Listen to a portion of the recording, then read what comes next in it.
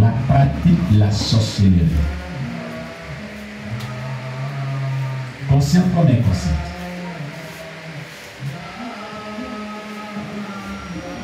Amen. Amen. Les prisons de l'esprit sont caractérisées d'abord par une nonchalance, une tiédeur, un assouplissement, une lourdeur qui empêche la personne d'avoir un réveil spirituel en quelque sorte. Tout péché lié à la mort spirituelle. Les calomnies, les diffamations, l'orgueil.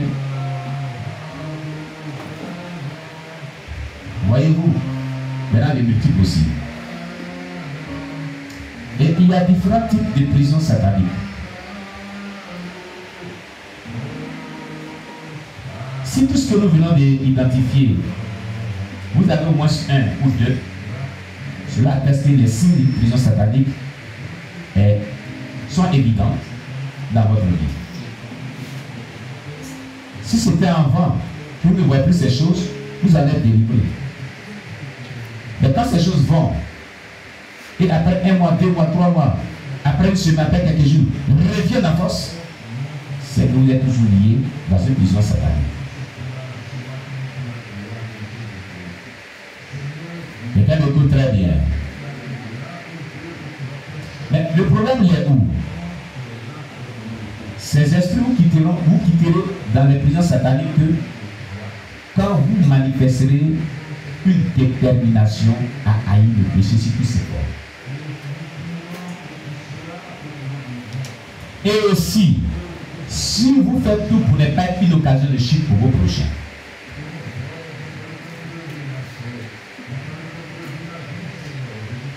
Qu'est-ce qu'on appelle être une occasion de chute pour ses prochains? Tu peux commettre un acte. Tu peux être sur une voie, sur un chemin. Tu peux avoir une attitude. Ça ne peut pas être un péché quelconque. Mais le fait que cela attire l'attention des gens et cela amène les gens à penser que tu es en train de pécher, tu as une occasion de chute pour eux. Et là tu commets, c'est maintenant à ce moment que tu commets un péché. Sinon là que tu poses, mais la conduite que tu as en tant que tel n'est pas un péché.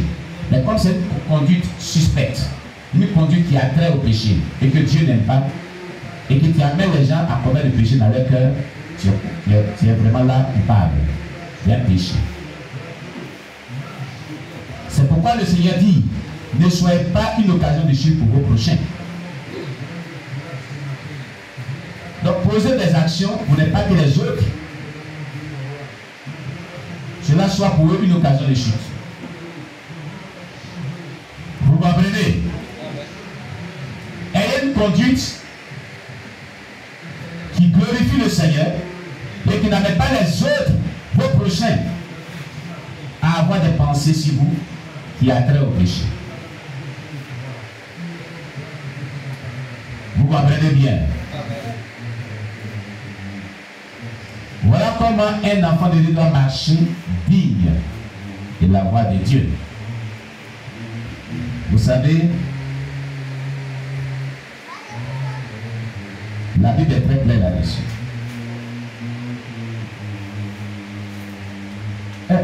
Viens, attendez, j'explique pour le frère Gédéon qui est venu nous visiter. Alléluia.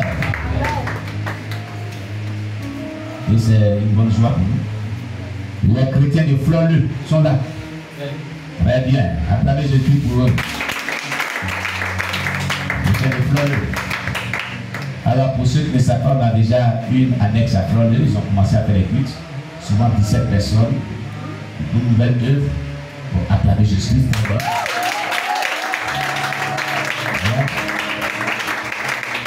17 personnes, 13 personnes, 10 personnes, même depuis du soir 10 personnes.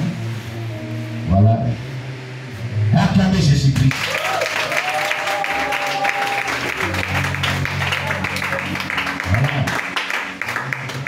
Et il y a, dis-nous un peu, ceux qui disent qu'il veut venir ici, pourquoi il dit qu'il veut venir ici? Que Dieu nous bénisse. Amen. Ce sont des personnes qui appartenaient à des églises et qui, lorsqu'ils m'ont connu, ont été attachés à l'enseignement. l'enseignement de la parole de Dieu.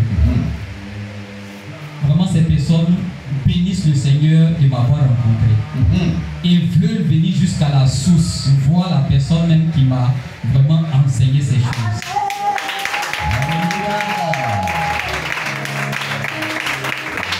Gloire à Jésus. Gloire à Jésus. Ils n'avaient pas de dépouillement. Ils n'avaient pas de dépouillement. Et c'est ce qui les a beaucoup marqués dans tout ça. Ce qui les a marqués plus. Et ce qui a fait qu'ils sont sortis de ces assemblées où il n'y a pas de dépouillement. C'est pourquoi nous aimerons que vous acclamez le Seigneur Jésus.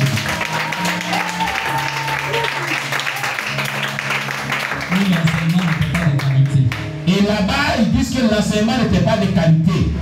Mais quand ils ont rencontré le frère Gédéon, l'enseignement était d'une bonne qualité. Alléluia.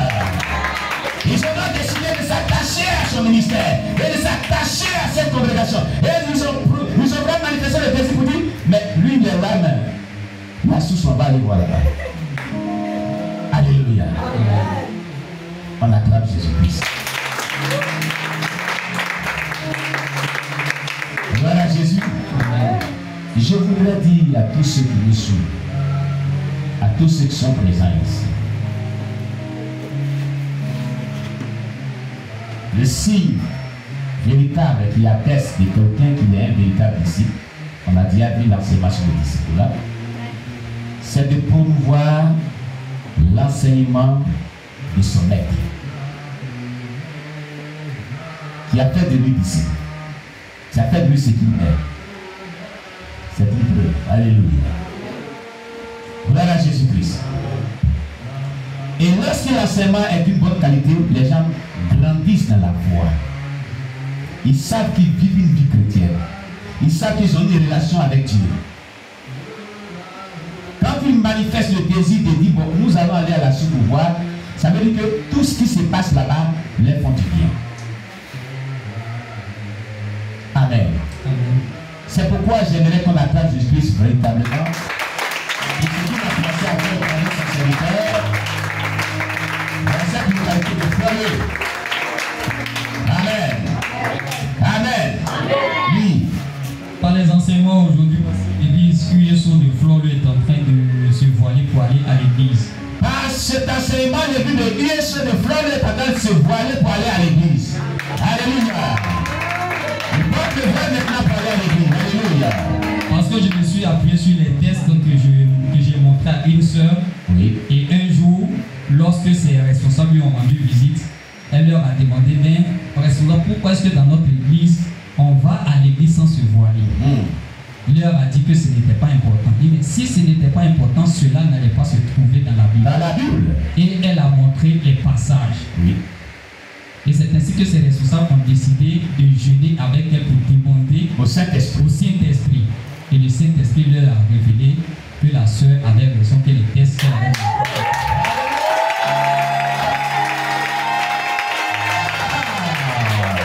Voilà comment Dieu fait les choses. Voilà comment le Seigneur est venu. Alléluia. Je dis aux gens qui aiment beaucoup discuter sur le dépouillement, d'aller interroger Dieu. D'aller interroger Dieu, de fléchir les genoux et demander au Saint-Esprit, est-ce que ce qui est dit là, ce que les autres disent, est-ce que c'est vrai? C'est lui qui convainc. C'est lui qui convainc. Alléluia. De même que nous est convaincu, que nous est parlé, il les convaincra. La Bible dit ce n'est ni par la force, ni par l'intelligence, mais par le Saint-Esprit, dit l'Éternel. Alléluia. Amen. Par le Saint-Esprit, dit l'Éternel. C'est lui qui convaincra que voilà ce qui est dit là, c'est la vérité. Ils ont fait cela. Il dit, ma soeur, on va gêner, on prier.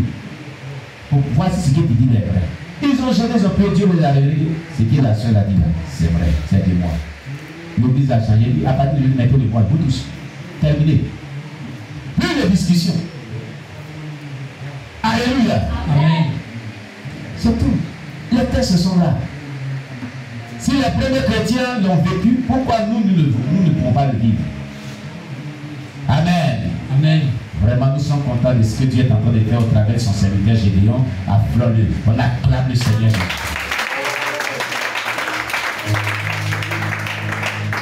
Alors, ceux qui ne connaissent pas Floreux, c'est situé où? Floreux est situé à 56 km de Mans. À 56 km de la ville de Mans.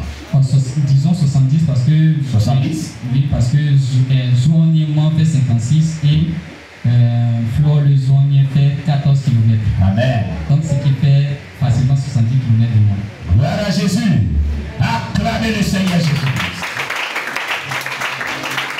Amen. Dieu nous bénisse. Amen. Donc je disais comme cela que si vous voulez sortir des prisons sataniques, puisqu'on va aborder le sujet, on va prier conséquemment avec les prières lyriques à caractère prophétique et les prières prophétiques concernant les prisons sataniques. Il va falloir que vous ayez une détermination. La Bible dit, à tes résolutions dépendra ton succès. Amen. Amen. Soyez résolus, soyez déterminés à haïr le péché sous toutes ses formes. Je dis bien sur toutes ses formes. Tout ce que Dieu n'aime pas, vraiment rejetez cela de votre vie. Faites de cela une bataille farouche. Dites-vous que tout ce que Dieu est là, moi aussi je dois haïr cela.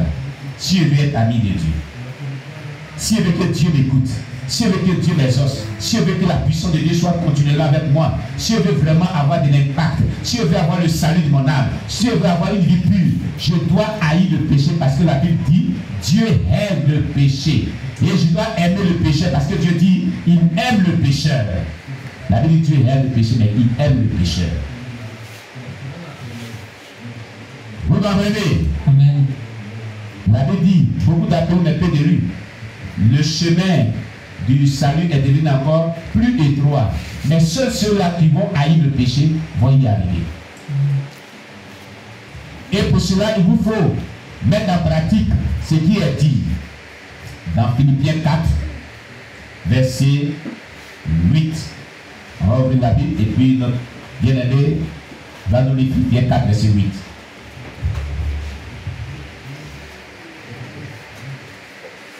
Philippiens chapitre 4, verset 8.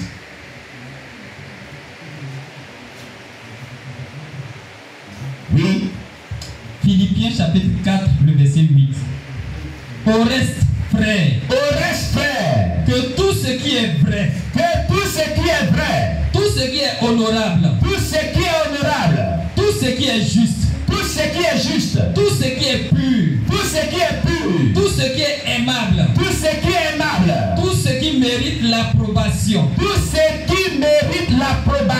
ce qui est vertueux et digne, de louange, soit l'objet de vos pensées.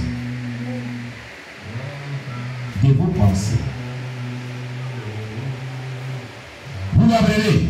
Amen. De vos pensées. C'est qui, vous voyez tout ce qui est bon en quelque sorte, que Dieu apprécie, que Dieu aime, que cela soit l'objet de vos pensées. Ça veut dire quoi? Si je suis là, une pensée que Dieu n'aime pas vient dans ma tête, le sang de Jésus dans ma pensée. Voilà comment vous réagissez. Voilà comment un véritable enfant de Dieu réagit. Tu t'es réveillé, tu as prié. Quand tu t'es réveillé, il n'y avait pas de mauvaises pensées dans ta tête, dans ta pensée. Il n'y avait pas la convoitise dans ta pensée. Pourquoi? Tu regardes, regardez, pourquoi? Tu vois le frère, mais tu vois la soeur. Et puis, tu ne la convoites pas, tu n'as pas de pensée impure. Mais bizarrement, une autre soeur vient. Et des pensées, il y a une attraction bizarre qui vient dans tes pensées. Ça veut dire qu'il y a quelque chose qui n'est pas bon, qui n'est pas normal. Et cette soeur-là, il y a des ondes, la sirène des eaux qui vient. Si j'ai vu ces versets, un autre frère vient. Et puis lui, avec qui tu étais, il n'y avait pas de mauvaises pensées, il n'y avait pas de pensées, et puis il n'y avait rien. Il n'y a pas de convoitise. Mais un autre frère vient. Et il y a une attraction. Comme si, comme Tarzan. Ah, la de Jésus-Christ là-bas.